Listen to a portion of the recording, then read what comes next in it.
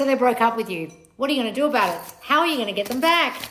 You've got to understand the way you lost them is the way you're going to get them back. How did you lose them? What were you thinking? What were you subconsciously thinking that made them go away? I just did a live and there was a girl who said, I've been watching you for 3 years and I manifested him doing what you said, but then I lost him again. And I said, you silly girl, what were you thinking just before you broke up? What were the subconscious fears you were having before you broke up?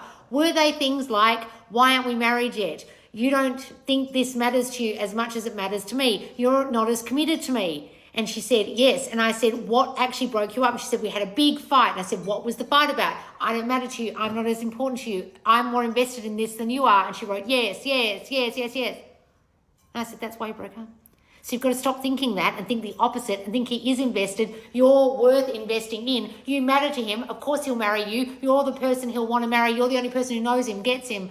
You're the only person that loves him. You're the only person he loves. And then he'll show up invested in you, treating you like you're important and matter, and you'll be his wife because you're the one reflecting those thoughts out. And in the beginning of the relationship, she said it was really great and I listened to you. And then I said to her, your subconscious thinking started to wane and it started to go back to the way you used to think, and you got a bit insecure and those insecurities kicked in, and then he turned into the guy you didn't want, the guy who wasn't invested, the guy who was treating you like you didn't matter, the guy who wasn't prioritizing you, and then you got in a big fight and then you blew it up and then he left.